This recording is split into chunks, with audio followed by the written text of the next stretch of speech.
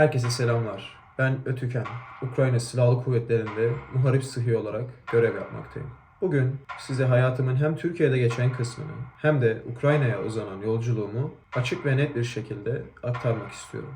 Sevgili dostlar, bu video bir hikaye değil, sadece bir video da değil. Bu video bir nevi kendi payıma düşen ve sizin de merak ettiğiniz gerçekler. Gelin benim hikayemi bir de benim ağzımdan dinleyin. Слава Україні! Слава героям! Türkiye'deki hayatımdan başlayalım. Kimdim, nereden geliyorum gibi konulara biraz değinelim. Ben Samsun'da doğdum, Samsun'da büyüdüm. Karadeniz ikliminin o sert ama samimi havasıyla şekillendim diyebilirim aslında. Lise eğitimim, ilkokul, ortaokul vesaire hepsini Samsun'da gerçekleştirdim. Akabinde üniversite için Sinop'a gittim ve bir meslek yüksekokulu'nda inşaat teknolojisi programına yerleştim. Ancak burayı yarıda bıraktım. Hayatın beni sınıfa değil de sanki sahaya çağırdığını fark etmiş gibi hissettim kendimi. Kendi dünyamda ise her zaman doğaya yakın oldum. Kamp, dağcılık, trekking, hiking, ormanın sessizliğinde, gökyüzünün altında kendi huzurumu buldum. Astronomiyle uğraştım. Yıldızların düzeni, kainatın nizamı ve o nizam içerisindeki kaosu her zaman için içimdeki merak duygusunu uyanık tuttu. Bir de tabii ki de taktik tıp. Yıllarca hem hobi, hem ilgi alanı, hem de sorumluluk olarak taşıdığım bir konu oldu. Mesleki taraftan bakacak olursak, meslek yüksekokulu'nu bıraktıktan sonrasında jandarma olarak görev yapmaya başladım. Ardından sözleşmenin tek taraflı feshedilmesiyle beraber, yani benim tarafımdan, özel sektörde, Türkiye'de ve yurt dışında büyük inşaat firmalarında, holdinglerde ambar şefi ve satın alma şefi olarak çalıştım. Kişisel olarak ise iç dünyama bakacak olursak, kendimi her zaman edebi yönü kuvvetli, aşırı milliyetçi ve sorumluluk hissi olan birisi olarak tanımladım. Bunun yanı sıra kalabalıklara hitap etmeyi seven bir yanım da var ama dönem dönem kendi içine kapanan bir tarafım da mevcut. Ve şunu hep yaptım. Kim olursa olsun, zor durumda olan birisine el uzatmayı kendime göre bildim. AFAD'da gönüllü oldum, arama kurtarma, acil medikal yardım, psikososyal destek, insani yardım vesaire vesaire. Nerede görev varsa hiçbir çıkar gözetmeksizin yardım amacıyla gittim. Her zaman birilerinin o sormaktan çekindiği yardım eli olmaya çalıştım. Bir de parantez açalım, eğitimli bir drone pilotuyum. Bu bilgi ise ileride hayatımı bambaşka bir yere getirdi. Türkiye hakkında daha anlatacağım çok şeyler var. Ancak şimdi Ukrayna'ya gelişime ve neden burada olduğuma bağlayalım. Burası benim için anlatması kolay ama kabullenmesi maalesef zor bir bölüm. Türkiye'de jandarmadan ayrılıp sivil hayata geçtikten sonra milliyetçi düşüncelerim her zamanki gibi açıktı. Sokakta da bu yönümü fazlasıyla gösterdim. Gösterdiğin hedefe! Gösterdiğin hedefe! Durma! And içerim! And içerim! Varlığım! Varlığım! Türk varlığına! Türk varlığına! Armağan olsun! Armağan olsun! Ne mutlu Türk'üm diyene! Ne mutlu Türk'üm diyene! Ne mutlu Türk'üm diyene! Ne mutlu Türk'üm diyene! Türkiye! Türkiye! Türk kalacak! Türkiye! Türk kalacak!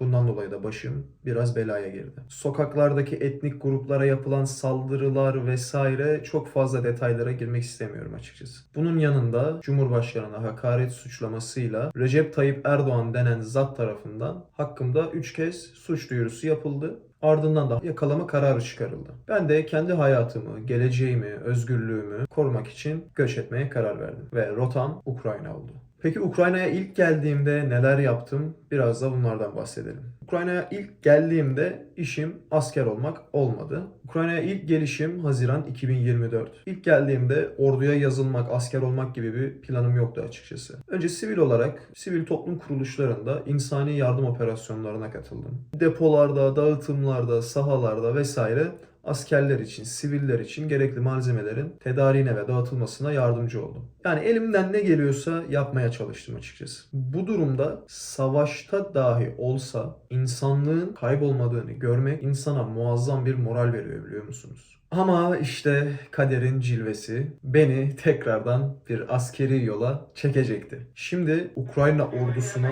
neden katıldım, nasıl katıldım, bu süreç aklımda nasıl canlandı? Bunu anlatalım.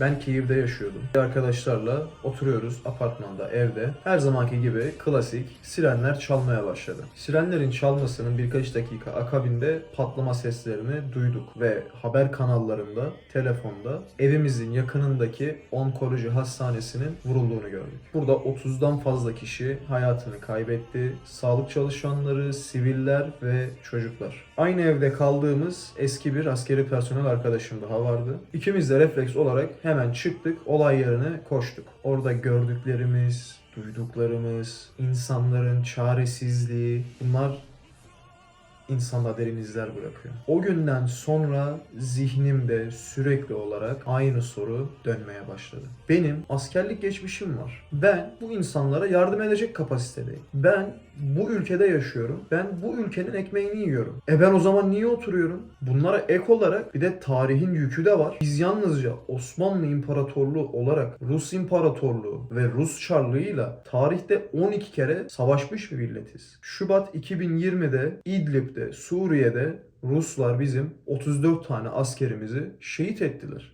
Kırım Tatarları, kardeşlerimiz, karındaşlarımız, onlara yapılan zulüm de tarih boyunca sürmüş bir mesele.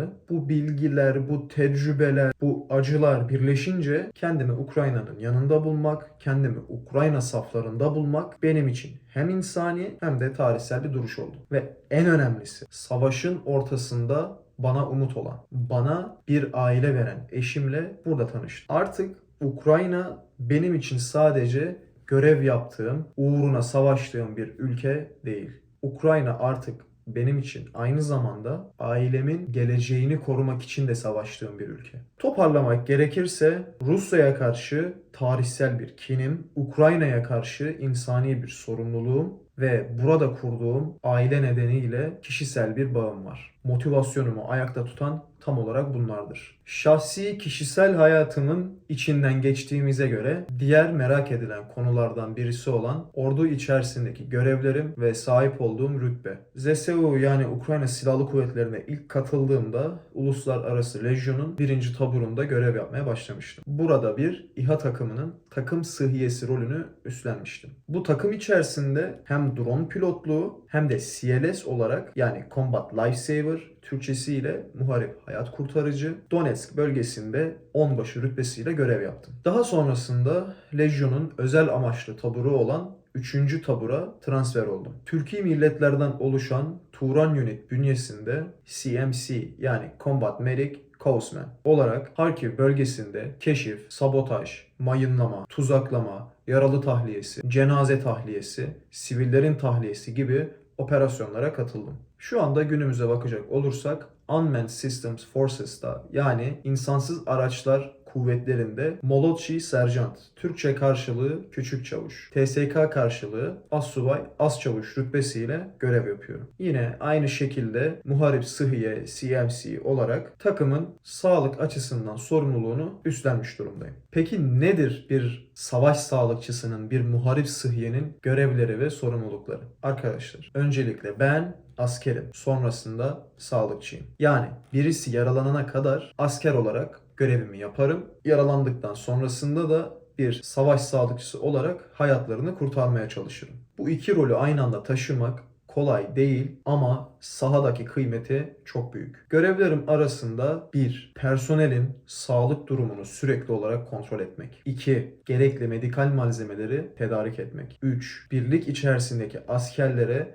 düzenli periyotlarla ASM yani All Service Members Türkçesiyle bütün servis üyeleri için taktik tıp eğitimi vermek. 4. İnsani yardım operasyonlarına katkıda bulunmak. Yani ne anlama geliyor? Yaralıları ve sivilleri cephe hattından tahliye etmek. Askerleri askeri hastanelere, sivilleri yardım merkezlerine yönlendirmek. Yani kısacası biraz övünmek gibi olacak ama savaşın en sıcak yerinde hem mücadele ediyoruz hem de nefes alan her bir can için çaba gösteriyoruz. Kedi, köpek, sivil, asker, yaralı fark etmez. Nefes alan her canlının o cehennemin içerisinden kurtulması gerekiyor arkadaşlar. Evet, sevgili dostlar. Bu video bir özgeçmiş asla değil. Bu video sizin de merak etmiş olduğunuz neden buradayım sorusunun cevabı niteliğinde. Hayat beni Samsun'dan aldı, Ukrayna'ya getirdi. Jandarmadan sivil hayata, oradan insani yardıma ve şimdi tekrardan üniformanın içerisine.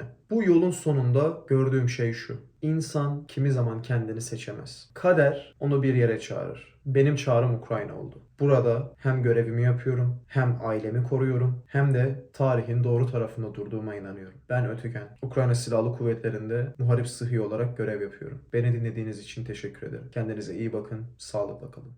Слава Україні!